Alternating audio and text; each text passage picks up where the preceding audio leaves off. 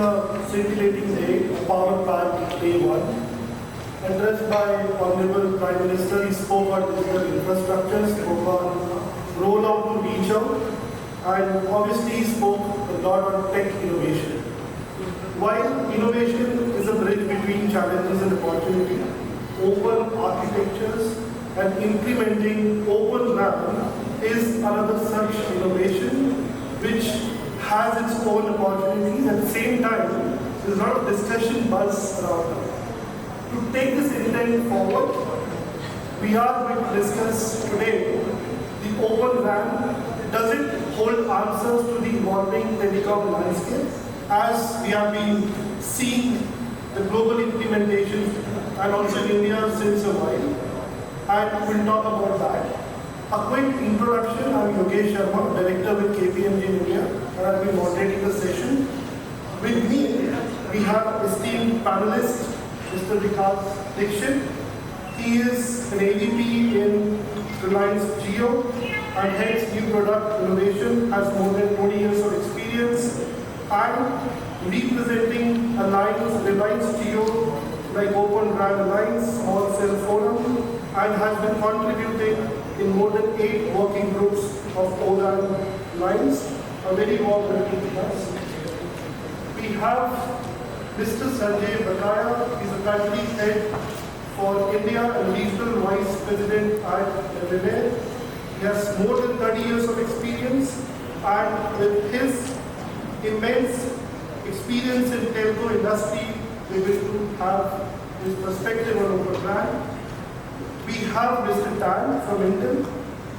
He is a corporate vice president, general manager, and heads Network and Edge Solutions Group at Intel Corporation. He has more than 20 years of experience and drives vertical solutions, business strategies, and tech ecosystem engagements. We have Mr. Anish, who is the CTO for the Telecom System Solutions at Dell. He has more than 30 years of experience in innovation, cutting-edge technology solutions in telco industry. We have Mr. Christian Toebo, an executive director of Tech, and he has 40 years of experience in driving efficient network infrastructure solutions, and we would be keen to understand the framework and the open RAN as well. We have Mr. Hirday Vikram, who is the Chief Sales and Marketing Officer at NetWeb Technologies. He has experience in building 5G, private 5G AI systems, high-performance storage systems. He is a part of prestigious deployments of the top 500 supercomputers, such as Quantum Armor, Erawan, and many more. Welcome. And then we have our last esteemed panelist, Mr. Saurav Jha, CEO and President of Simnovus. He has more than 20 years of experience, leads the company's mission to accelerate 5G-driven solutions and innovation. I think as we all know, and we have heard a lot in the last session, how Open RAN is shaping up. I think on the similar lines, it also poses some of the innovations, some of the drivers which are leading to the implementation in India and globally. With that context, I would like to start with Mr. Vikas. As we know that India is moving towards digital future, we talked about digital infrastructure. What do you think are the key benefits of Open RAN? And more from a telecom landscape in India, in a very cost-effective market, how do you think we are in the right direction of having a digital infrastructure in the future? Good afternoon, everyone. Thanks, Yogesh, for asking this question. I think I'd like to little bit correct you that we are not moving towards the digital infrastructure. We are already in the digital age now. What we were not doing like 10 years ago is not possible. We can do it now with our fingerprints. You take care of any system that we have. right now. Either is the UPI payment or is the infotainment that people are using because of the mobile. So we are in digital era right now also. But with the 5G and also with the future, I think the ORAN have challenges, and also it has some of the answers. So the openness, inclusivity, and also the innovations. I don't put the cost factor at this point of time, which the ORAN brings in. But for me, these two areas are the things which is brings up by the ORAN community, which is beneficial for all of us.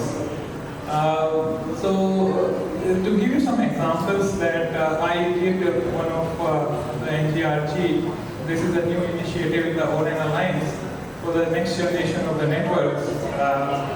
One of the research streams they call it, RS01, which is basically take care of the use cases and also the gaps in the current architecture. So we conducted a survey there, and it comes out interestingly that 50% of the companies, they wanted to work in XFs and the RS domain. So these are the apps which can be loaded on the RIC platform for the innovations of the new features dynamically. So what we have seen, like in the previous generation of the network, where including a feature takes a very long cycle. This is going to change in the 6G era, or is starting in the 5G itself. So that will bring some more dynamics into the nature, and also the addition of the new features where we have to wait for many years to come in. This is going to be very fast in future networks. Another thing which is very prominent from 5G itself is the energy saving. And ORAN Alliance, I think that's the beauty of the alliance, that they take up the topic too fast and quickly act on that. So there is a new sustainability focus group which has been fostered within the ORAN Alliance like a couple of months back, and which takes care of the energy efficiency in the network, which is a great challenge at this point of time with the 5G, and also the same challenge will be there with the 6G. They have 4 different task groups. One is taking care of the software, and another one is hardware. And the third one is related to the measurements, KPI measurement. And the fourth one is the circular economy. And that is very interesting. We have never heard of this in the telecom world. But this is a very interesting and my favorite task group, which takes care of how do we build the system in an energy sustainable manner, right from choosing the material to taking up to the field and to dismantle it, and how do we reuse it. So we don't have to change the entire network itself. We have to change only the part of the network in case the future is needed. So for me, the ORAN is not just bringing up the split of the architecture, but it brings up the whole system, which makes a full system work in the field. And that's where the ORAN is bringing up a lot of new advantages. And of course, as I mentioned, the challenges are there, but the promises are still higher from the ORAN side. Thanks, Vijay. I think energy efficiency and a step closer to 6G is definitely what Open RAN promises. Taking this conversation forward to Mr. Sanjay, I think we spoke about the opportunities. I think, but when we look at the traditional RAN deployments and the open RAN, it is still a mixed bag of feelings in terms of the business case, the ROI, and the cost associated while implementing open RAN. Would like to understand your views, how do you think that, and maybe from a telco perspective, in India, which is a very cost-sensitive market, how do you look at these implementations going forward? Yeah, thank you for this opportunity. Yeah, see, for any business case, what are the key constituents? First of all, how fast you innovate, at what cost you get them, and does it scale? These are three constituents for any business case when we try to evaluate any technology. And when we talk about Open RAN, so what's it? It's an open RAN, which is where these pieces, the radio elements which come in, are interoperable through an open interface. And where traditionally you had a vertically integrated RAN as against a horizontally integrated RAN, where you have each piece which gets into the solution. And we talk about the hardware. The hardware is a commodity hardware, where there is so much of innovation happening. When we talk about the processors which are getting into that commodity hardware, there's so much of innovation happening. And that's to be done by the industry, which is not only specific to telecom, it can go across to any other industry, wherever the commodity hardware is used. So that innovation happening in that space is directly put to use by the Open RAN community. From the compute side, you're also migrating this whole application of the RAN onto a cloud platform. Now, cloud, so much happening in that space, you are straightaway able to take all the capabilities of cloud and apply it to the RAN, which makes life simpler to the way that you go and deploy, manage, operate. You are able to take all the tools and all the work that is happening in the cloud space into Open RAN. And there's a whole lot of innovation happening in that space. So you're taking the cloud innovation into the Open RAN. And then we talk about the RF side of it. The RF side, the work that has been done by RF model manufacturing, the Telecom, the AMD, and so many around there, but the NVIDIA, you see so much of work happening there. And similarly, in the case of cloud, you have these hyperscalers, you have Red Hat, you have Google, you have AWS, you have Azure. So all of these doing innovation, which is directly benefiting the technology that we are bringing here, which is Open RAN. So the cost of building the technology is obviously much, much lower as against building a traditional RAN. So addressing the cost aspect is purely through the innovation that is done by this whole industry, which is not only specific to ORAN, it's across different verticals, be it the health, be it the agriculture, be it anything you talk about, be it the automation. These all innovations are done for all the segments. So Open RAN gets benefit of all of that. So that's how the cost part gets in. Now the question comes scale. So from a scale standpoint, it's any technology, any product has a life cycle of 5 to 7 years. So when you look at a TCO of any product, you have to look at it from the standpoint of 5 to 7 years. And I think given the way the innovation is happening, the way the costs are being down, the way the adaptation is happening, we do definitely see a significant reduction in the overall cost to make the business case work for places where this RAN is not today getting deployed. Thank you. So I think, sir, a very quick follow-up. I think you mentioned on some of the greenfield implementations where definitely a business case is there because the innovation that can happen. Maybe a quick view on the brownfield implementations or maybe the traditional telcos who are embarking on a journey of Open RAN. Is the business case and ROI still holds true or are there some challenges there? Yeah, so if you look at apple to apple, yes.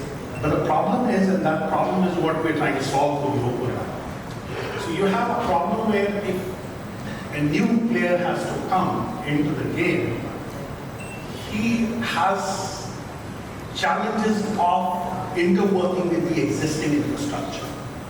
Now, which is not there because there is no openness.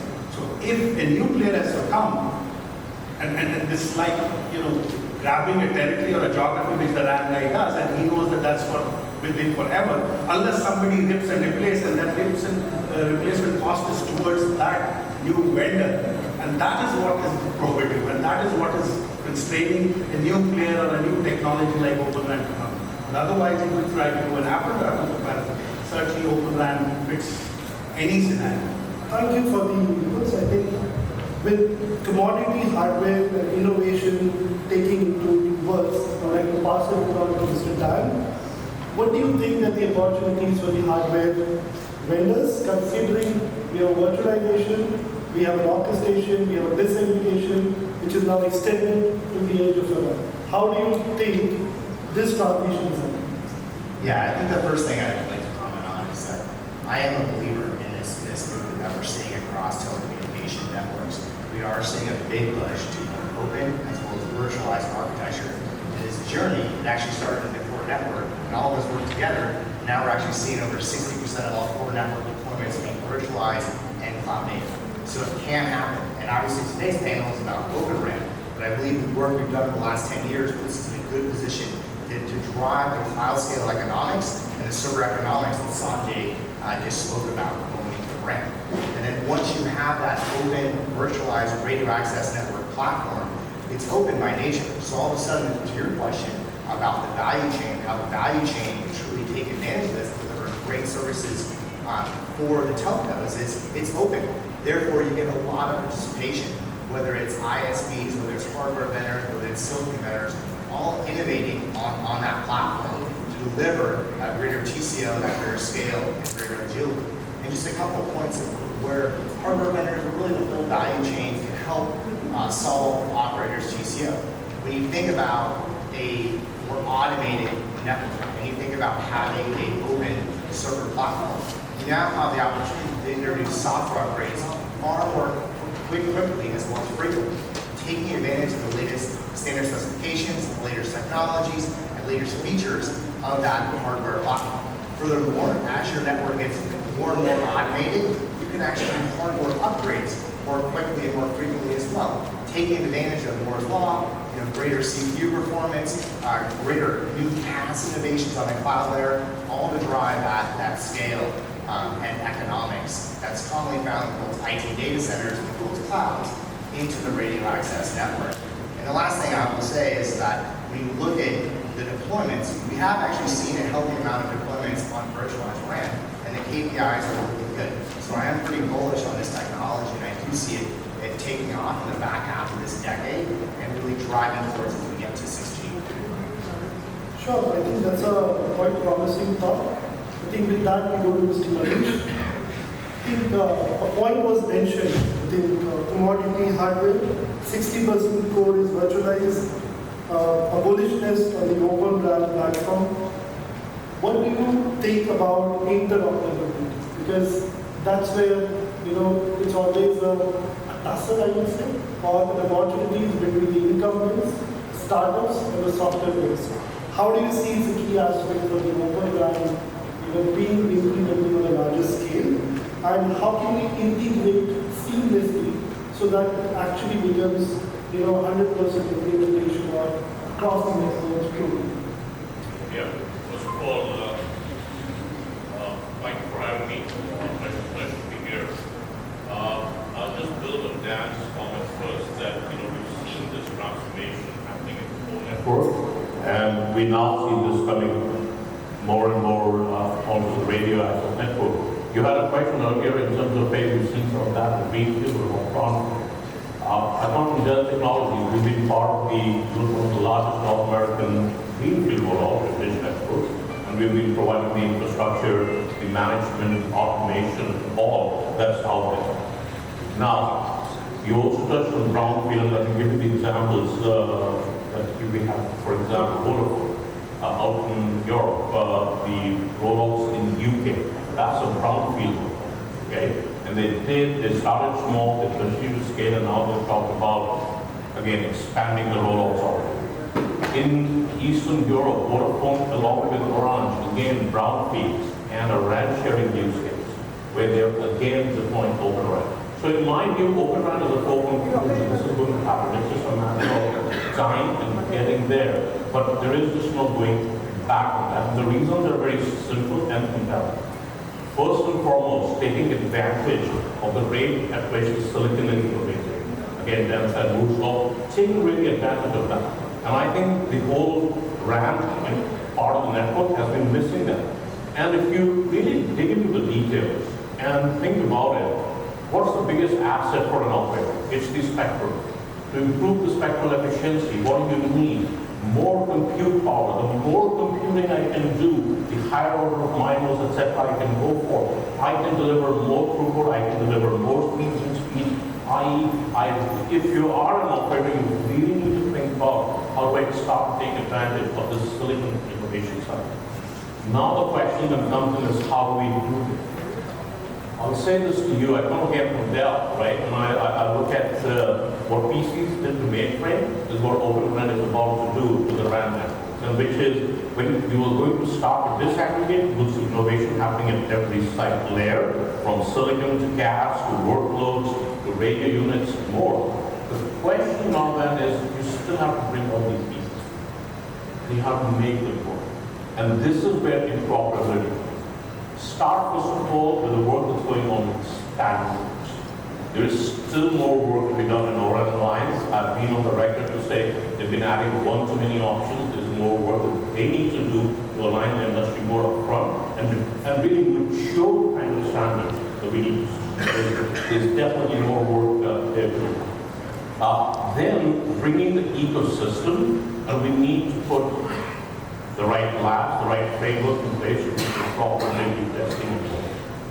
We've done work, and I know Christian's about to speak on that, what the CIP's doing in the chip community labs at Dell. We've set up our own open telecom ecosystem. It's a massive infrastructure we're working. We're bringing partners, again, doing all the interoperability, integration work, and not do that once, but do that on a continuous basis. That whole CIC principle is important. So I can go on and on, and you can probably sense the pattern, but I think we're on a journey, we're at a great point, there's still more work to be done, but I think the direction is very clear. So thank you, Manish. These words actually invite a lot of confidence in the technology, because we spoke about 5G test beds, we spoke about academia being a part of regular kind of a testing framework, and the standards needs to be there. And with that, we go to Mr. Christian. I think there's a promising case globally. I think we're all watching for that. But at the same time, scalability somehow in practicality is not there completely. And it's been a while. We're talking about Open RAN, it's been 2 years, I think, we've been talking about. How do you think this scalability part can really work out? And from framework, from standards, from a community perspective that you have, how do you encourage and motivate large-scale deployments? Yeah, so that is.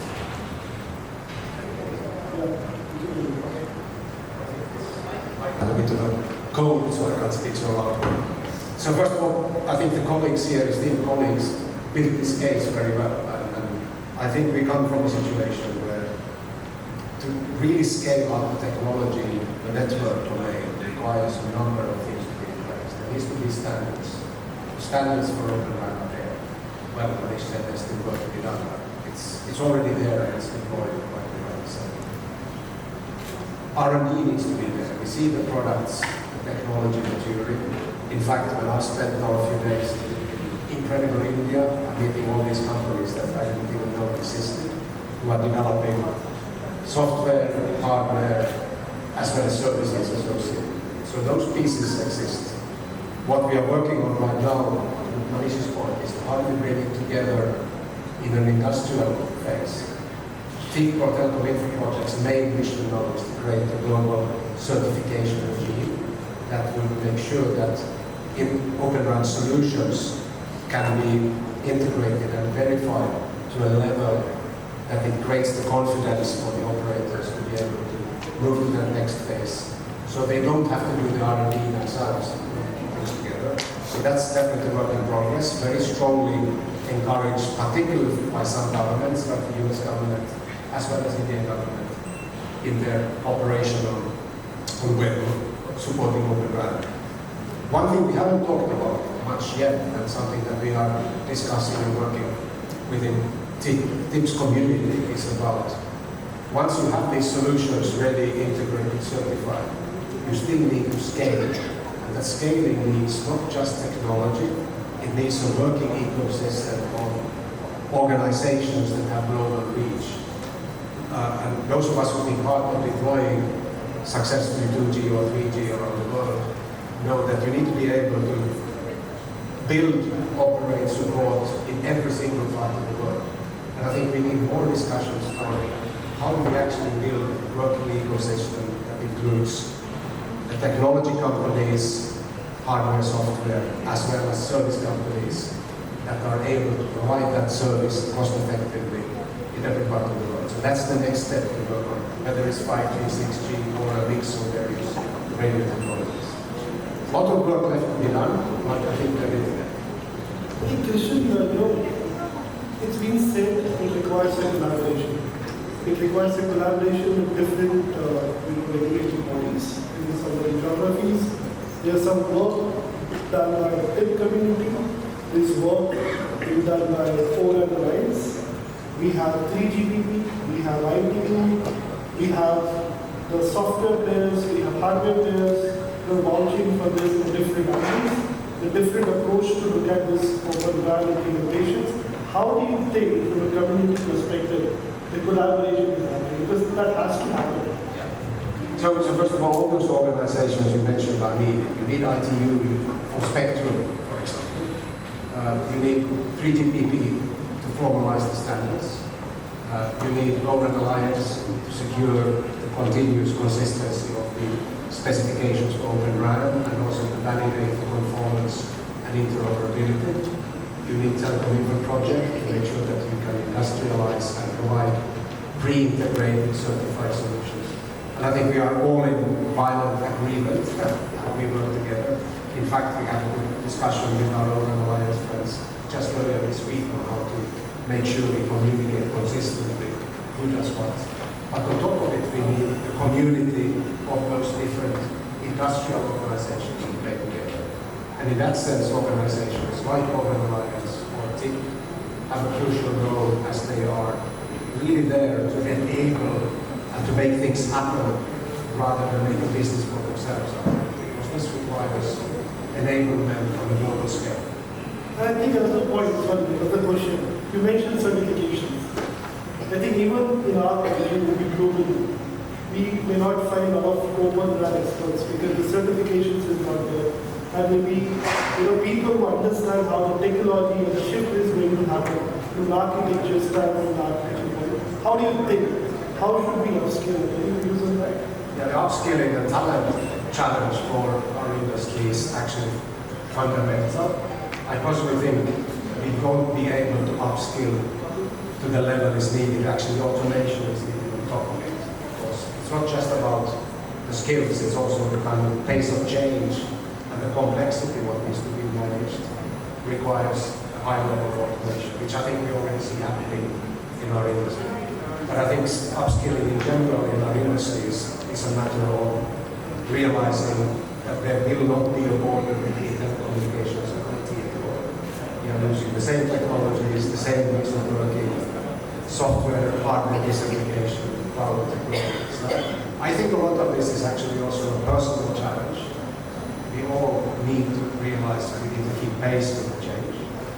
As an example, I did a cloud certification a couple of years ago, very late in my own career, and it was actually hard work to be done.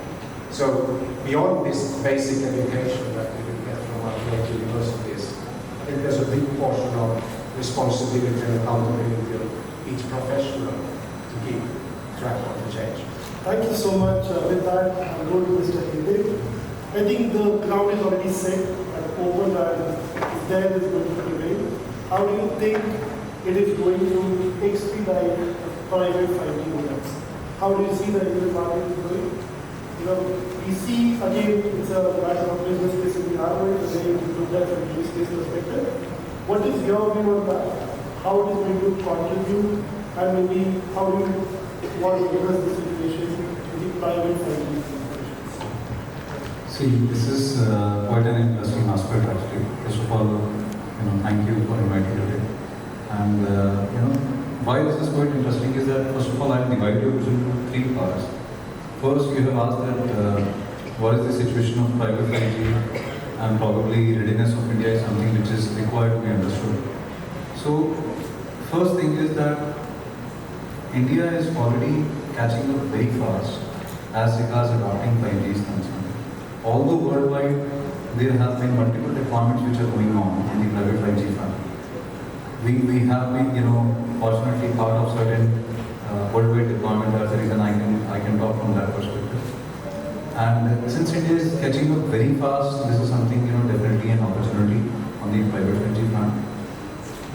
And second part, if I have to understand that how do we see the market?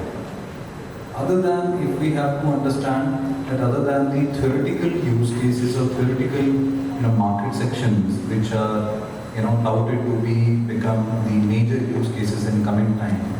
If I talk with an experience of how we are dealing with the market currently, what sort of market sections are trying to adopt private 5G, I would like to answer from that perspective. First of all, at this point of time, OEMs like us who are manufacturing, who are developing complete private 5G solutions, we are engaging with large enterprises almost on day-to-day basis. That is something which is again a big indicator how organizations are trying to adopt it. Secondly, other than those areas which are still mushrooming, I would like to touch upon those areas where we are finding there is an immediate potential or immediate requirement in simpler words. First is that the market section where the private 5G labs are getting built. Although this is something which might not be a production grade environment, but again backed by Government of India's initiative of building private 5G labs, it is an excellent initiative. Reason being because that is something which is going to help the development around RIC. For everyone's understanding, RIC is basically the RAN intelligent controller, and that is something which is going to build an ecosystem, which is going to pave a path for the complete mushrooming of 5G use cases in coming time. Second area which we are seeing where the adoption is again happening very fast, private 5G adoption very fast, is enterprises are adopting private 5G for the campus-wide networks. Definitely the main user requirements, what they feel or for what they are coming to us is, the automation is one, then security.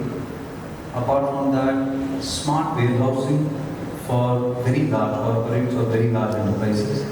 And then the handling the logistical problems with the help of having automated or autonomous vehicles.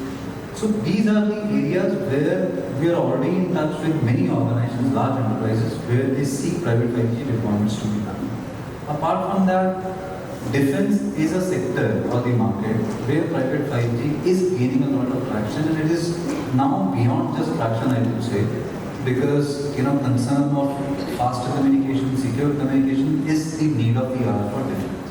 And last but not the least, but again, based on what we are experiences right now, the fourth one is basically, the way. Actually, if you see the way traffic steering is getting handled with the help of private 5G. Because traffic steering is something which is requiring the real-time packet analysis, real-time packet monitoring. This may be undermined at this point of time because people have not seen the potential of this market, but this is something which is catching them very fast. So yes, basically to answer your question, the Indian market is quite receptive at the moment. I would say world is anyways adopting private 5G. So there is a lot of potential for all the OEMs who are into this space, all the technology enablers, that private 5G is the way ahead actually. But I think you mentioned on the market, which is ready. But how do you look at the alliances and the partnerships? Because all this cannot sustain if you don't build the right ecosystem. What do you say about that? See, from that perspective, I would like to touch upon a point that alliances on the cloud front, I would say, is actually playing a very crucial role at this point of time. Definitely, whether it is private 5G or a public 5G deployment, alliances hold very crucial role. There is no doubt about it. But if I specifically talk about how private cloud deployment is basically, or the cloud deployment services is basically, playing a crucial role.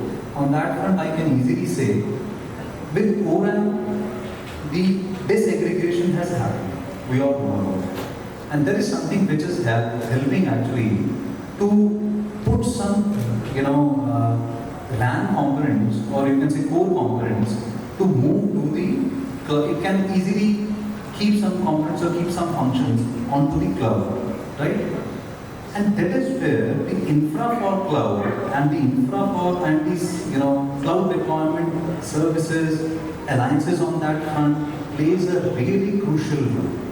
And I would say, again, at the cost of repetition, I would say, whether it is private 5G or public 5G, alliances on the front of all these components, and specifically on the cloud required at the core level and the cloud deployment services are actually going to play a very crucial role. Okay, that's a very good point. With that, we go to Saurav. To make it happen, I think we're quite obvious in which is going to work.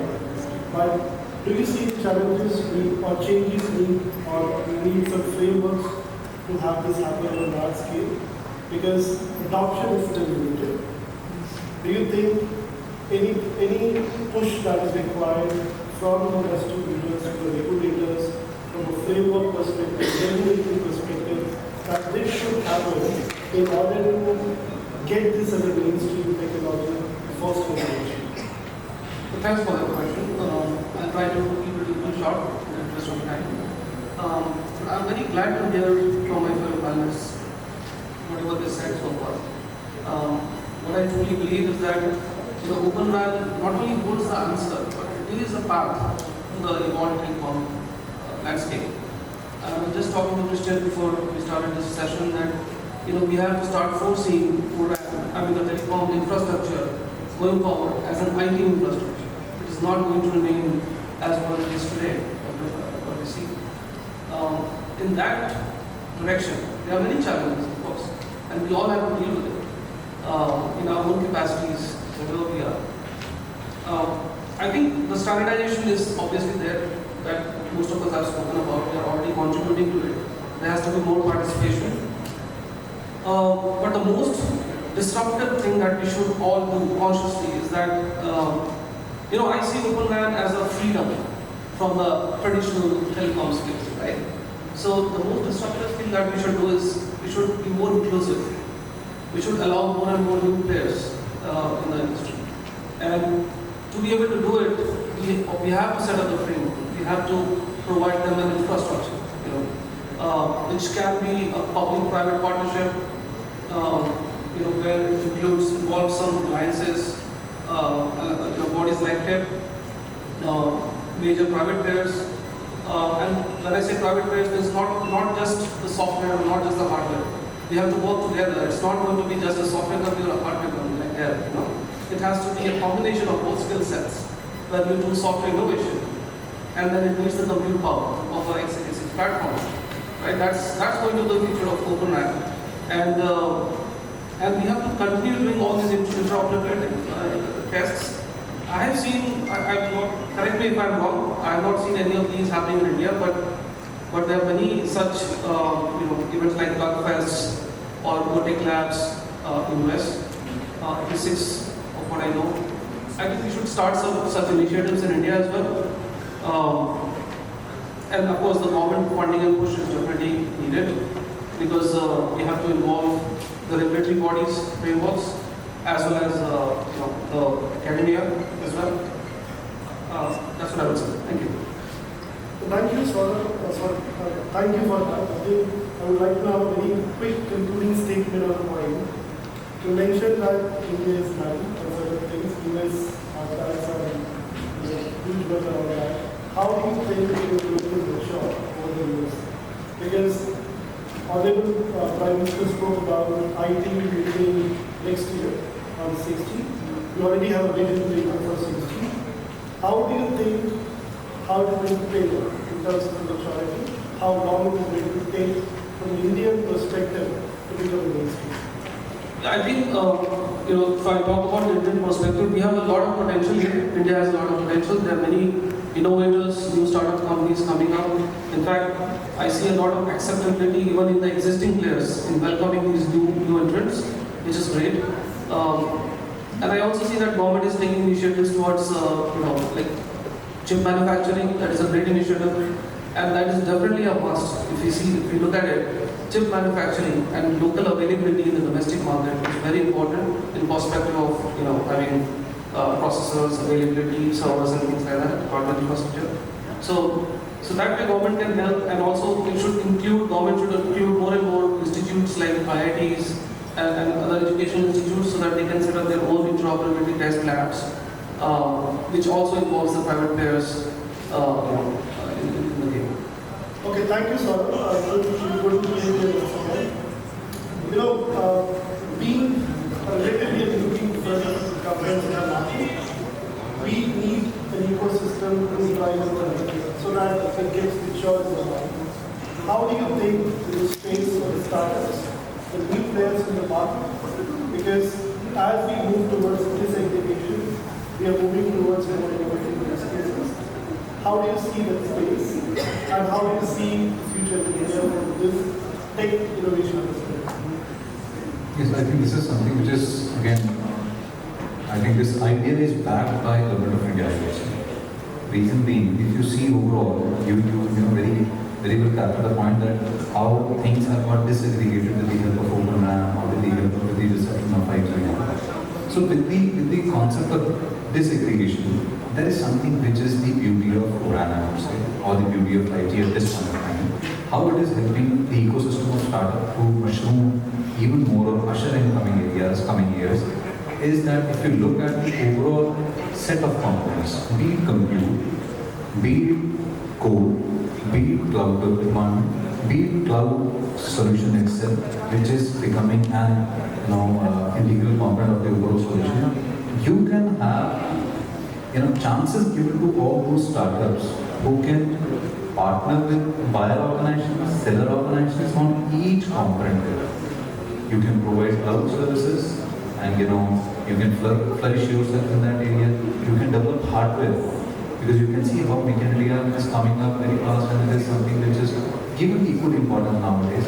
So all these areas are actually giving equal opportunities to all startups, and they can partner, they can provide standalone services, they can provide standalone hardware for that purpose. So definitely, I see this is the time for basically startup ecosystem to flourish in India. And I think this is the trend which is happening worldwide as well. And Government of India, the way they are backing the initiative, the way they are implementing their strategies, I think hats off to them. Okay, thank you, Nitin. Go to question quickly. It's said, and I think we all know now, that open architecture is today, and there's going to be a transformation shift.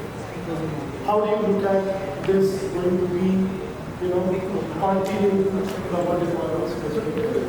And from a skill set perspective, what do you think we should do for the next 1 or 2 years to make this happen? Well, that was a really demanding question. If you had the answer, I think it would all be clear. But I think you mentioned it yourself, Yogesh. This is a transformation.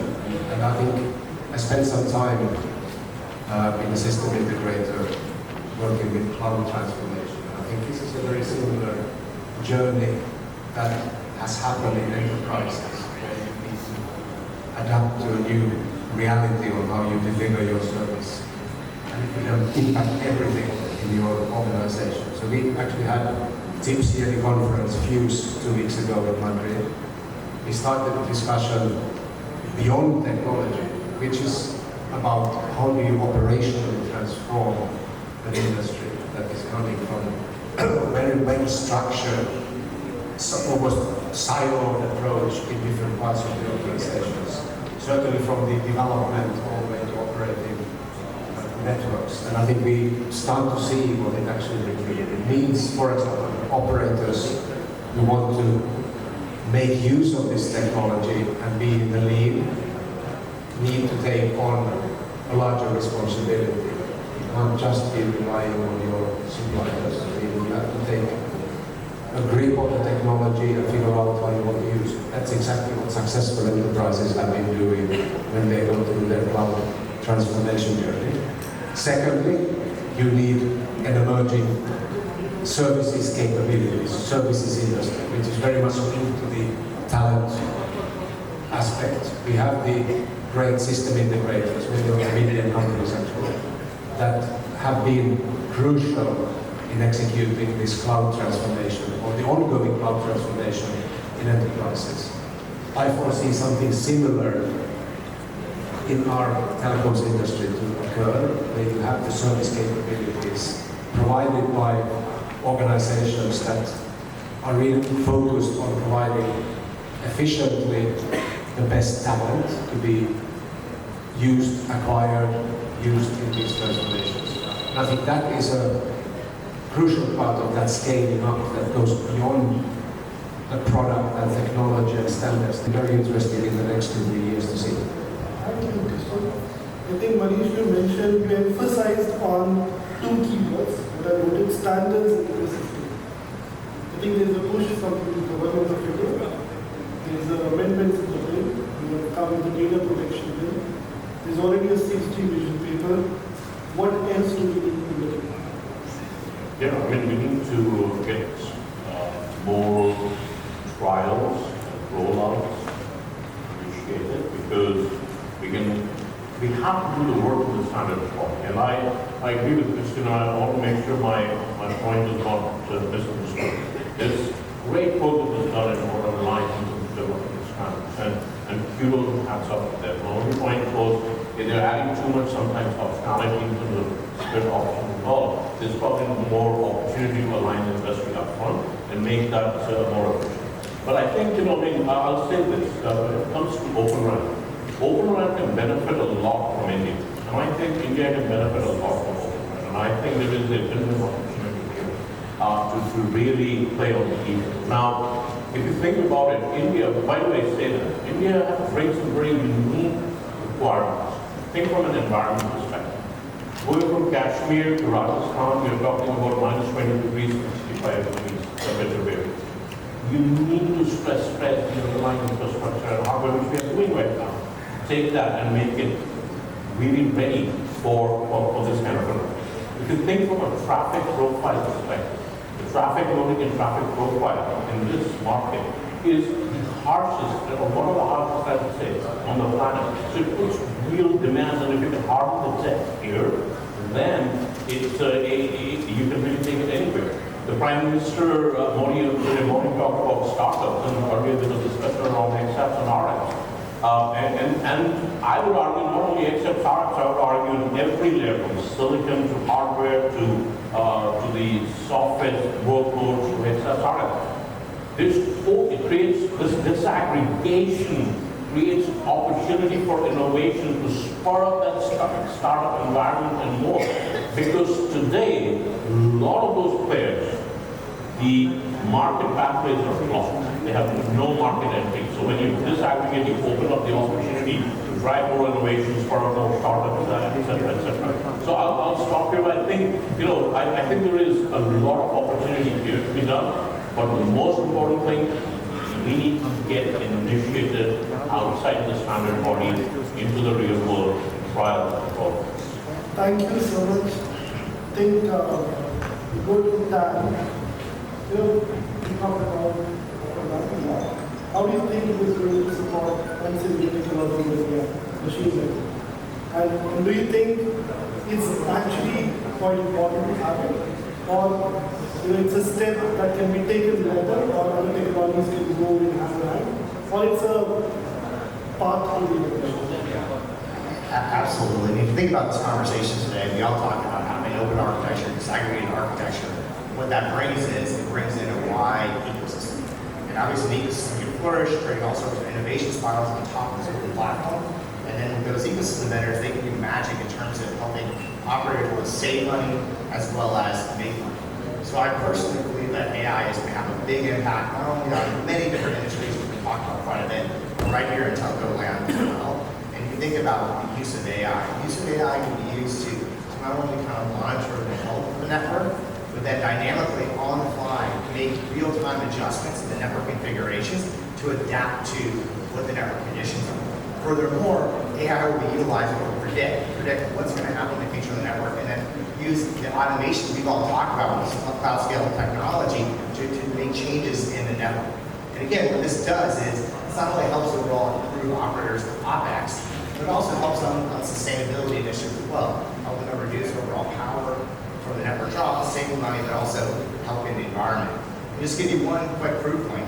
We worked with Vodafone earlier this year and actually demoed something at World War Congress in Barcelona that shows through AI algorithms, just utilizing the CPU and the platform, you were able to achieve roughly a 20% power efficiency on both the CPU and the DU. So AI will truly help the network, both just automating the overall network infrastructure, but also support sustainability initiatives. And I do think just the open nature of the network we're driving towards is going to fuel this innovation for years to come. Thank you so much. I think you said it. What do you think the contribution of open RAN towards the digital inclusion of family, and how is it going to support 6G usability? The answer right on what Felix already said. I think the way the architecture is, talk about cloud, openness, and the ecosystem diversity. These are three key things which will help us, take this journey forward to make India as a digital society. And given Open RAN is the primary way forward for developing and deploying 6G, I don't think there is any questions to really ask. Open RAN will be the de facto way to deploy 6G technology. Okay, thank you. Maybe because the last question to you, what do you see what's next for us? We have opened that we started 2 years back. Today we're talking about maturity. How do you think 2 years down the line there is maturity and a full scale development? I think from OpenNet point of view, the pain points is getting being addressed at this point of time from the standard point of view. Once those pain points are out, there is no way to stop the OpenNet. I told last year as well, and having this year as well, that what the Android has done for the mobile side, OpenNet is going to do the same as the It's a disruption.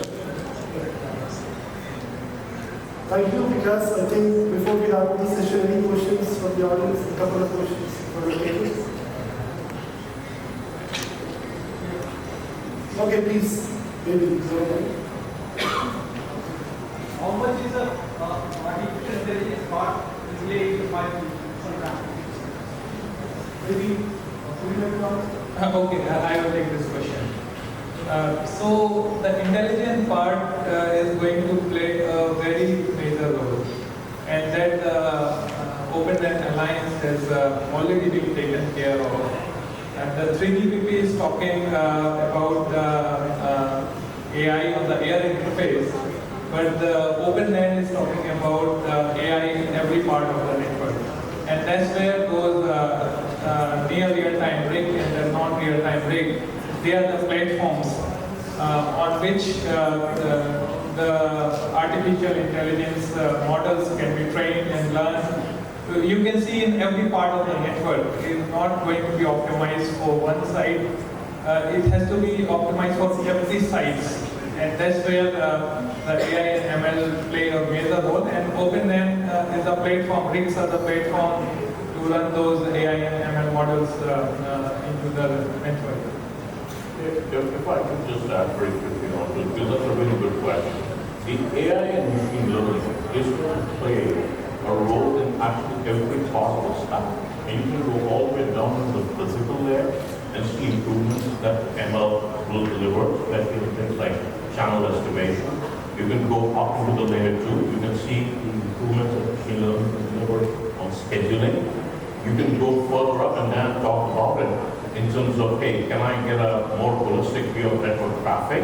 And then can I do energy optimization of my underlying infrastructure and get the infrastructure to go up and down, scale up and down, depending on what the traffic is. Because remember, telcos dimension the network for peak traffic. You don't have peak traffic 24/7, right? And we're firing up all this infrastructure all the time. There's a lot of opportunity there. And then, of course, I mean, all the fault prediction, fault maintenance, closed loop automation, and more. So I really think right from the layer one, all the way up into your operations, machine learning, AI, it's already playing it here, and it's only going to grow as we go forward. Just what Mani said, so how the IML will help us adaptation of the open RAN is. And there are only two scenarios to deploy. Either it could be greenfield or there could be a brownfield. Now, greenfield is very, very limited. So we have to really work in a brownfield environment, and that was the question. Getting that adapted in the network, the challenge that you have to rip and replace the existing because it can't interwork with the deployed infrastructure because of the way it's deployed, the way it's managed and operated. So AIML can be one of the ways you can get new RAN infrastructure deployed in the existing brownfield environment, where it just doesn't have to engage or interact with the existing infrastructure, but can, through AIML, be able to perform all that is required and expected of the RAN to the Last question, please.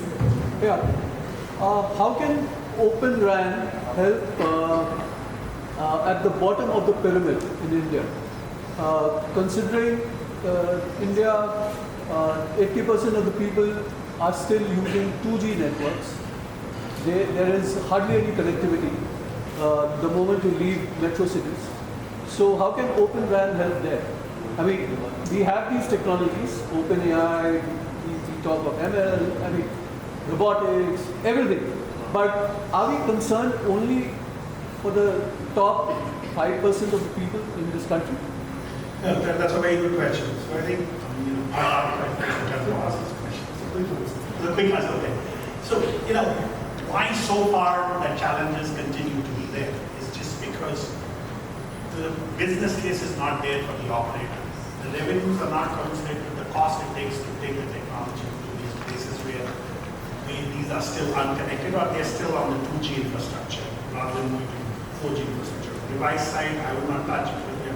We're talking more about Open RAN. So, if with the way we are talking about capabilities that the Open RAN brings, the pooling, the cloud, the ecosystem diversity, so you can really tailor a solution specific to the need that you have for the rural, rather than building an infrastructure which is primarily focused towards where you can have a better ROI. But here you can build infrastructure which is specific to the need that we have for the rural, and that is possible through the ecosystem diversity, with the pooling technology that is coming along with the cloud native infrastructure. So all of those benefits that we already talked about can be applied to the technology and then delivered at the lowest cost to address the need that you provide. Okay. Please.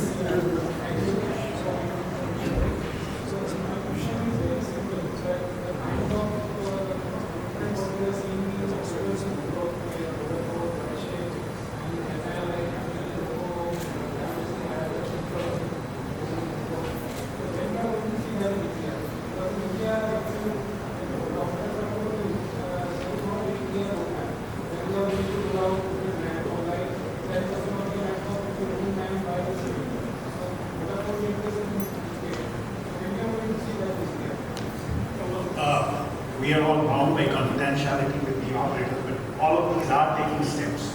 Sure, talk about Geo, but I think when you talk about even other operators, being Vodafone, Idea, all of them have taken steps in the direction of adaptation of this technology. I won't be able to share more details about it, but certainly all of them are working towards getting this deployed sooner than later. And at the same time, there is need for more. I will absolutely say that, because when you look at Europe, for example, Vodafone is still committed to put 30% of the network by 2030. We need more of that. That's what I was saying earlier. More trials to be undertaken. I think with that, we end the session. A big round of applause for Kapil.